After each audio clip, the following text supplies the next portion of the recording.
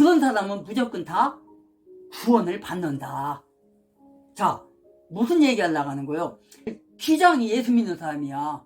그리고 그냥 훅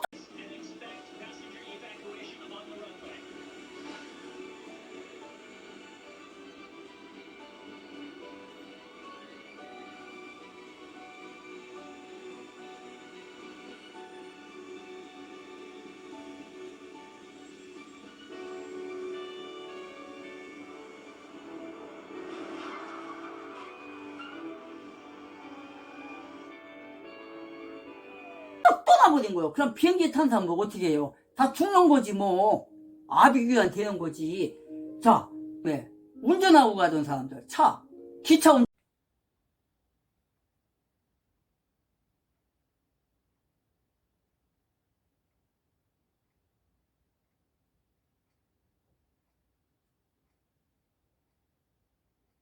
운전하고 간 사람들, 이런 상태가 완전히 그땐 작살 나는 거예요. 세상이 되는 거예요. 그래서 그 미국의 어떤 항공사에는 그런 게 있대요. 있는 작은 항공사인데 예수 믿는 기장이 탈 때는 예수 안 믿는 기장도 같이 탄대요. 혹시 모르니까. 왜? 주님이 재림할 때 언제인지 모르잖아요. 우리가 뭐 지금 때이기는 하지만 시간과 날짜는 모르잖아요. 그러니까 언제 오실지 모르는 거예요. 예수님이. 그러니까 준비는 해야 되잖아요. 우리가. 그래서 그 회사는 예수 믿는 기장이 타게 되면 그 옆에 안 믿는 사람을 태운다는 거예요. 그래서 어쨌든 이렇게 악인들은 어쨌든 예수를 안 믿게 되고 악만 행한다. 그래서 지금 누구를 얘기하려고 하는 거예요? 아나니아라는 제사장을 하려고 하는 거예요. 지금 이런 자가 자기 동족을 그렇게 죽이고 악한 행위를 했던 자가 바로 아나니아다.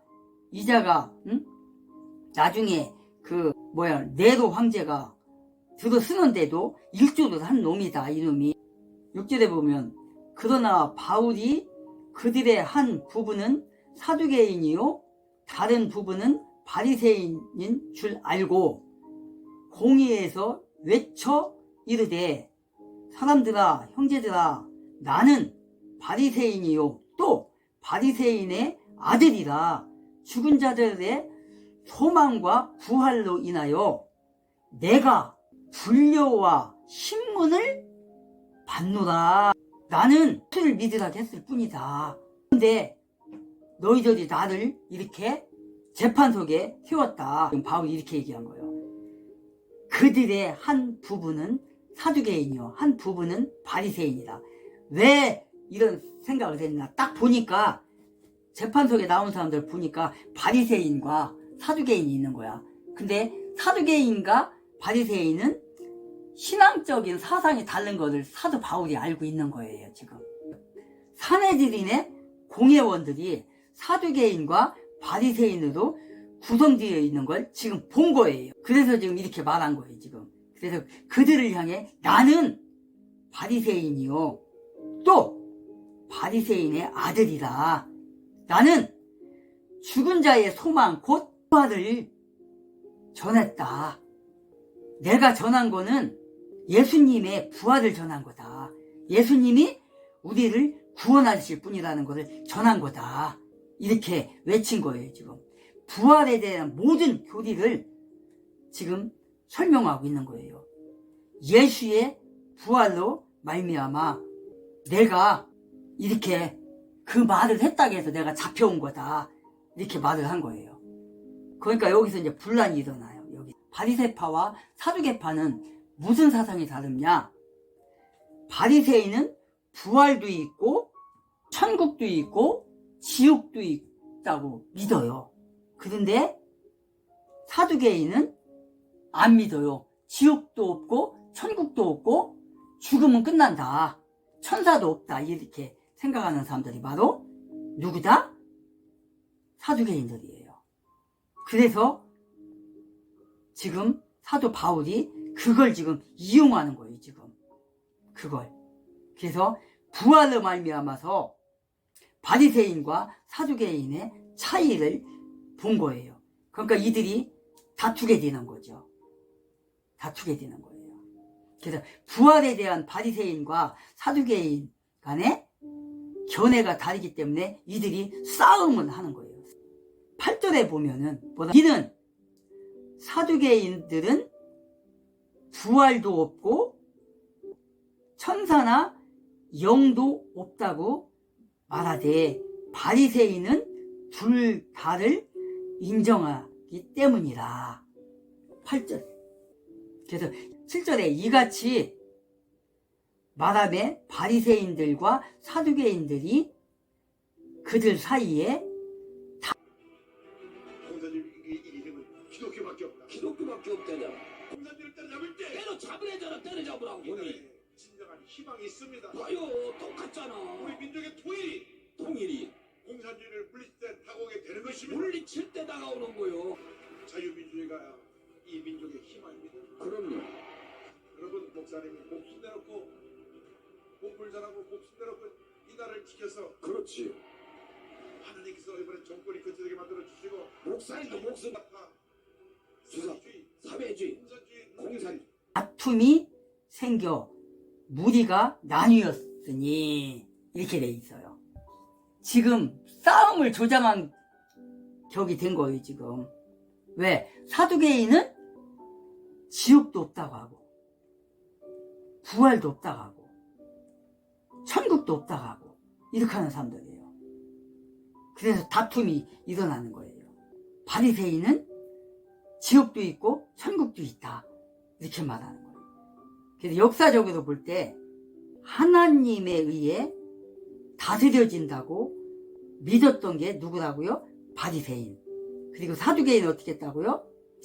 바리새인과 견해 차이를 보이는데 부정한다는 거예요. 이거를 이와 같이 모든 차이점은 그들의 출신 성분에 의해서 나누어지는데 사두개인은 귀족 출신들이에요. 귀족으로서 특권을 누렸던 사람들이 바로 귀족들이잖아요. 지금으로 따지면 정치인들, 기업인들 이런 사람들이 귀족이잖아요. 사실 정치인들 뭐 국회의원이나 뭐 이런 사람들 이거 귀족이라고 그래요. 귀족. 그 자리만 가면은 귀족이 돼버려. 귀족도 아닌 것들이 귀족 행세를 하는 거죠. 귀족이라는 걸 행세를 하고 있어요. 그 사람들 정치인들이나 기업인들 봐요. 결혼하는 거 어때요? 아무거나 하고 하지 않아요. 자기네들끼리 끼리끼리 어울릴 수 있는 그런 사람끼리 결혼하잖아요. 그런 사람들도요. 그것도 카스트 제도라고 그래. 카스트. 그것도 아직까지 카스트 제도가 남아있는 거예요. 카스트 제도가 지금까지 남아있는 나라가 어느 나라예요? 인도잖아. 인도. 카스트 제도 하면 귀족의 나라. 그런 게 우리나라에도 있고요. 특히 우리나라가 심해요. 그런 게. 선진국일수록 조금 그게 느슨하죠. 근데 선진국도 그런 게 있기는 있어요. 카스트 제도가. 반면에 바리새인들은 어떤 사람들이에요? 바리새인들은 평민 출신이에요. 평민. 여러분과 저와 같은 평민. 없어요. 정치인들에 비하면. 그래서 이 사람들은 평민 출신으로 바리새인들의 입장은 사두개인에 대한 반감이 있어요. 반감심이. 내지는 증오를 느끼고 있어요. 증오를. 우리도 그렇잖아요. 지금 우리나라 돌아가는 거 보라고요. 지금 이 정치인들이 죄 짓는 거는 아무것도 아니야. 이거는 이재명 보라고요. 문재인 보라고요. 반역죄를 저지르고 저렇게 쓰레기 짓을 하는데도 지금 법정에서 어떻게 돼요? 지금 귀족의 형태 그대로잖아요. 지금 그런 이재명 같은 경우는 지금 그 죄만 해도 몇 개예요 도대체. 밝혀진 것만 지금 11개인가 되는데 다 자잘한 것까지 합치면 한 20개 돼요. 그런데도 떵떵거리고 저렇게 이 나라를 뒤집어 놓잖아요. 지금 사법부를 저렇게 완전히 뒤집어 놓잖아요. 김일성 주사파 신봉자들 갖다 놓고서 지금 보라고요. 국회를 장악해가지고 지금 어떤 짓을 하고 있어요. 지금 한동훈 장관을 뭐 탄핵시킨다느니 수원에서 지금 올바른 재판을 하고 올바른 수사를 하니까 거기를 또 누구를 또 뭐 탄핵시킨다느니 이러고 있잖아요. 저런 악행을 저지르고 있단 말이에요. 지금 문재양이라는 자는 지난 5년 동안 이 나라를 반역행위를 했잖아요. 그러고서도 떵떵거리고 SNS 하면서 어느 대통령들이 이 문재양은 대통령은 아니었습니다. 대통령 자리에서 있다가 5년 동안 그지라 악행을 내로보다 더 악행을 저지르고 간 놈이 문재양인데, 응? 뭐 잊혀진 사람으로 살고 싶다는 새끼가 지금까지도 저렇게 이 트위터 하고 이지랄하고 장사한다고 저지랄하고 있잖아요. 김일성 주사파들이 저런 놈들이에요. 어디 박근혜 대통령이 이명박 대통령이 SNS 하면서 저렇게 하고 있어요? 안 하잖아요. 저런 사람들이라고요. 저자들이. 그런 자들을 투표를 해주고 그들 제1당으로 만들어준다? 요새 뭐 그 국정원에서 그 선관위 그거 한 거 보라고요. 조작이 가능하다잖아요. 그 짓거리 해갖고 지난 4.15 선거 2020년 4.15 총선 부정선거 해갖고 180석 가져간 거잖아요. 지금 국회에서 저라고 앉아있는 거예요. 지금 사법부 장악했지, 입법부 장악했지, 다 장악했잖아요. 지금 평민 출신인 바리새인들은 어떻게 했다고요? 부활도 믿고 천국도 믿고 천사도 믿는다. 그런데 귀족 출신인 사두개인들은 그렇지 않다. 잘 살면 잘 살수록, 귀족이면 귀족일수록 안 믿어요. 자기 자신만 믿고 진실은 안 봐요. 이렇게 사도 바울의 문제를 논하기 위해서 모인 그들은 바울의 이런 뻔뻔한 인간, 정말 이런 인간 때문에 화병이 나는 거예요. 이 자막에 쓰이는 거 여러분들 보이시죠? 아니 뻔뻔해도 얼마큼 뻔뻔하죠. 이거 조국 이재명이요. 저울에다 올려놓고 다루는 이런 인간들 똑같아요. 이게 정말 제가 싸가지가 없어요. 한마디로 얘기해서. 이런 인간이 서울대 법대 이름에다가 먹칠을 해도 이만큼이죠. 그러니까 서울대 졸업생 동문 명단에 한 몇 년 전에 한참 조국 사태 나올 때 조국하고 이해찬이가 가장 부끄러운 동문 1순위를 계속 딱 독점하고 있었잖아요. 이 유튜브 채널 이 새날에 나갔어요. 그럼 뭐 거기에 나가가지고 내 딸 그러니까 표창장 하나 지금 잘못 받아가지고 이것 때문에 의사면허가 박탈되는데 열불이 난다. 아니 이게 아주 나쁜 인간이 말이죠. 이게 조국하고 그 다음에 이재명이가 똑같아요. 아니 표창장 하나 때문에 입학이 취소됐습니까? 아니잖아요. 인턴 모든 이런 봉사활동 이런 것들 한 7개 조민에 관련된 혐의가 재판부에서 정경심은 지금 30까지 다 끝났잖아요. 이제 이거 조국이 치는 1심 끝나고 재판부에서 전부 7개 범죄가 조민이 전부 유죄 판결을 받았어요. 확정 판결을 받은 거예요. 대법원까지. 그런데 마치 표창장 하나 때문에 의사문제가 박탈되는 것처럼 그러면서 화가 나는 거. 이렇게 거짓말하는 조국을 보면 화가 나요.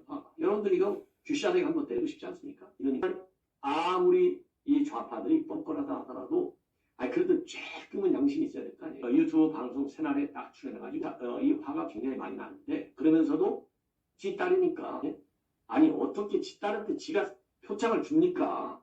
이런 표창장을 갖다가 당당하게 땄다고 얘기하는 이 조국이를 보면 이런 인간 말이죠. 썩어 빠진 이 엄마들 대한민국 엄마들에게 욕을 한 거랑 마찬가지예요. 정말 열불이 나요. 그래서 아버지 입장에서 그런 거 불구하고 또 속이 상하대요. 떨고 앉아있어요. 아마 제 방송 좋아하시는 분들도 이런 식으로 아들, 딸 가르치는 사람이 단 한 명도 없을 거라고 제가 자신합니다. 말로 인해 어떻게 됐어요? 자신들의 교리적인 문제를 놓고 어떻게 됐어요? 분쟁이 일어났어요. 분쟁이. 그러니까 총대장이 지금 어떻게 해요? 회의장에서 일어난 두 지파 간의 그 분쟁으로 인해서 바울이 위험에 처한 상태가 되니까 바울을 뺏어가 버려요.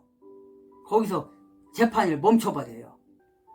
그래서 그에 대한 고소 내용을 밝혀내는 것이 불가능하다고 총대장이 생각하고 거기서 재판을 멈추게 해요.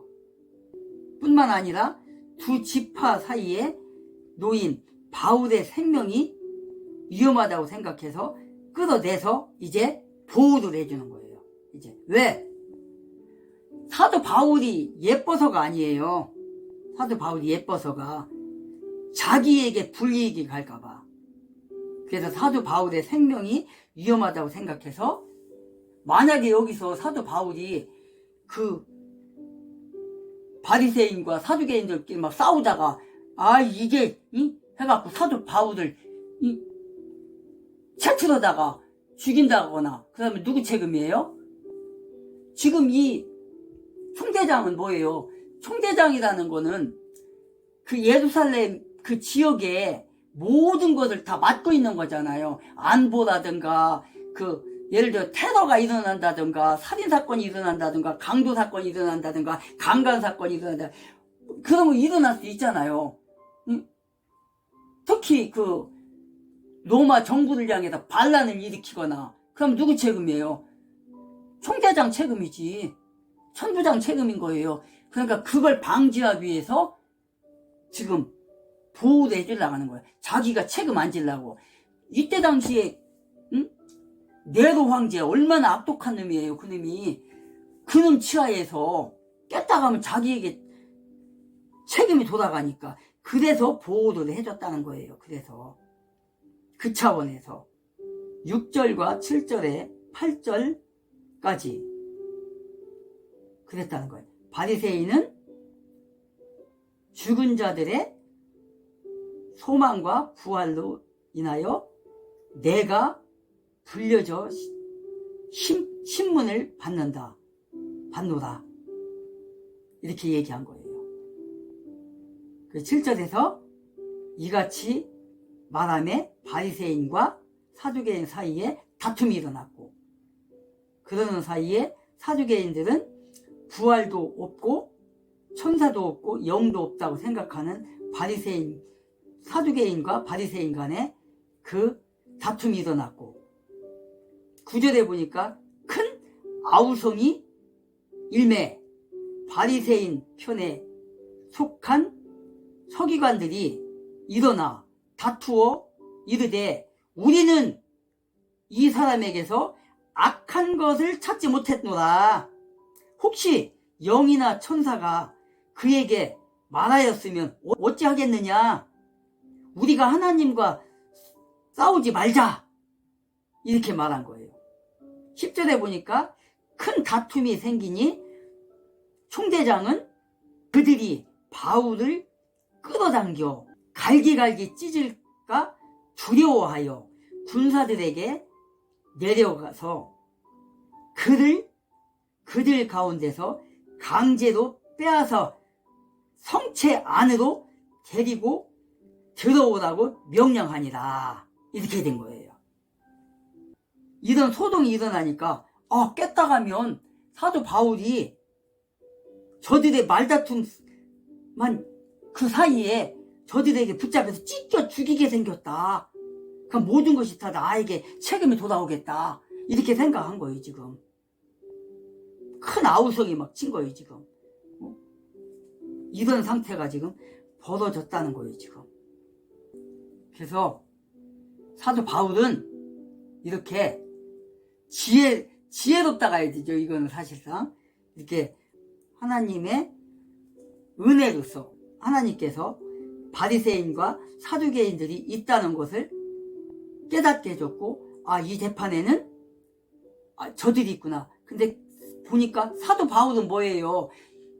유대교에 있을 때 율법에는 하나 흠없이 배웠던 사람이잖아요. 가말리엘 그 문화에서. 그러니까 다 아는 거잖아요. 사두개인은 어떤 파고 바리새인은 어떤 파고 이거 알잖아요. 그러니까 저 사람들이 이런 사람이었지? 그렇게 하고 지금 이렇게 얘기를 한 거예요. 나는 부활을 얘기했다. 예수를 믿으면 구원받고 예수를 믿지 않으면 지옥 간다. 그래서 예수를 믿어야 된다. 율법이 아니라 율법이 말하는 거는 예수 그리스도를 말하는 거다. 이거를 전했을 뿐이다. 그랬는데 나를 이렇게 끌려온 거다 내가. 그렇게 말을 한 거예요 지금. 그러니까 사두개인들은 지옥도 없고 천국도 없고 천사도 없고 죽으면 끝난다 이렇게 생각하고, 바리새인들은 그 모든 걸 다 인정하는 거예요. 그걸 알고 지금 이렇게 말한 거예요 사도 바울이 지금. 그래서 큰 다툼이 일어났고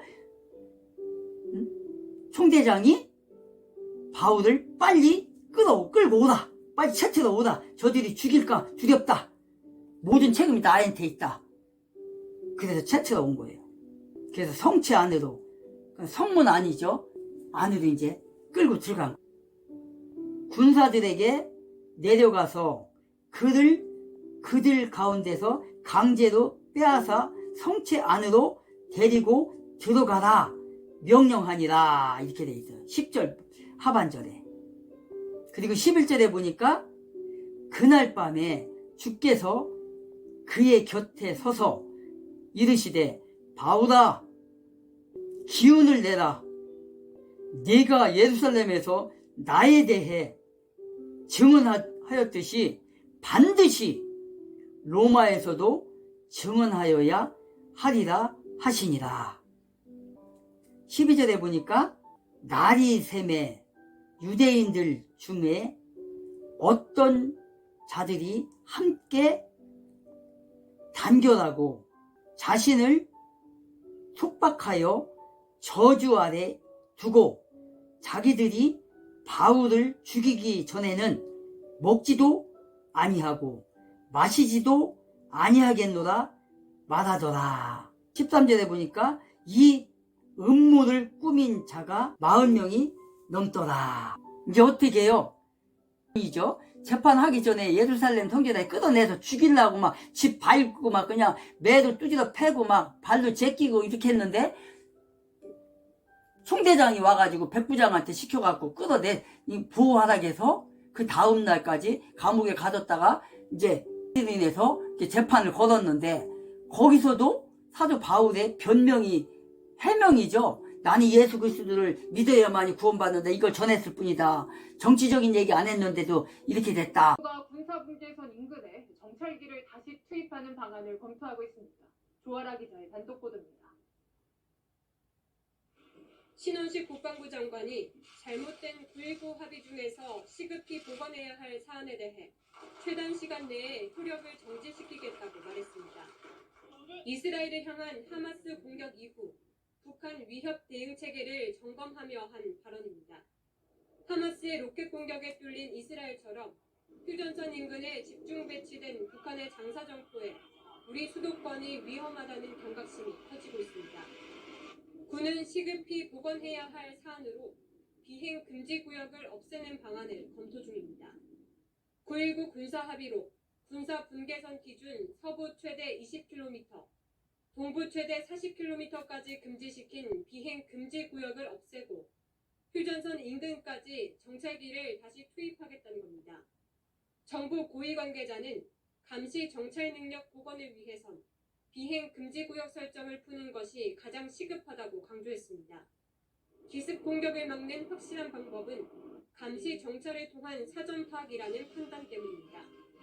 윤석열 대통령도 어제 열린 국무회의에서 감시와 정찰에 만전을 기해야 한다고 군에 지시했습니다.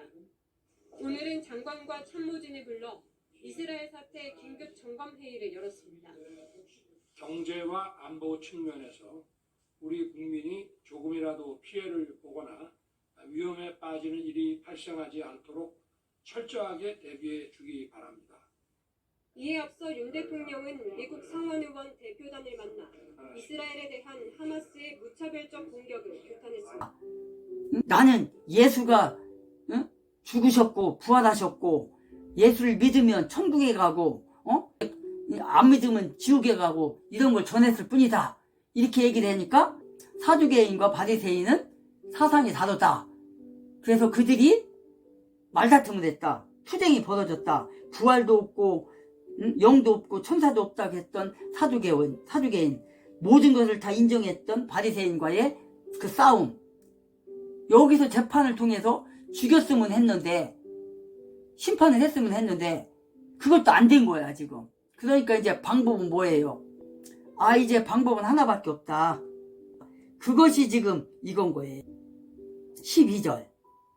날이 샘에 유대인들 중에 어떤 사람들이 함께 단결하고 결심했다는 거죠. 단결하고 자신을 속박하여 저주 아래 두고 바울을 죽이기 전에는 먹지도 아니하고 마시지도 아니하겠다 말하고.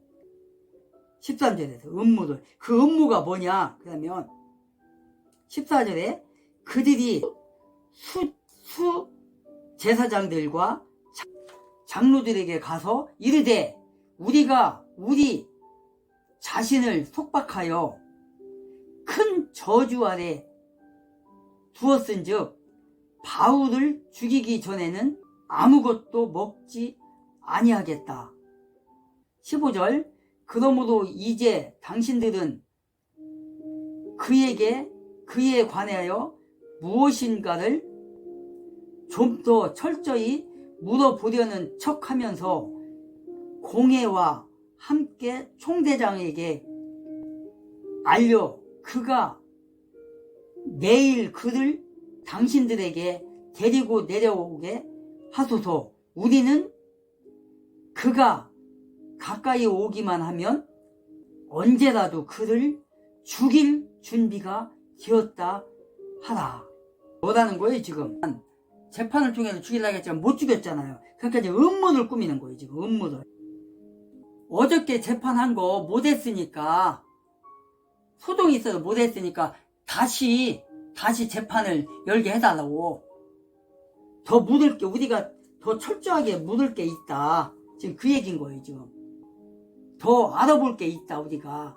그러면서 15절 전반부에 뭐라고 돼요?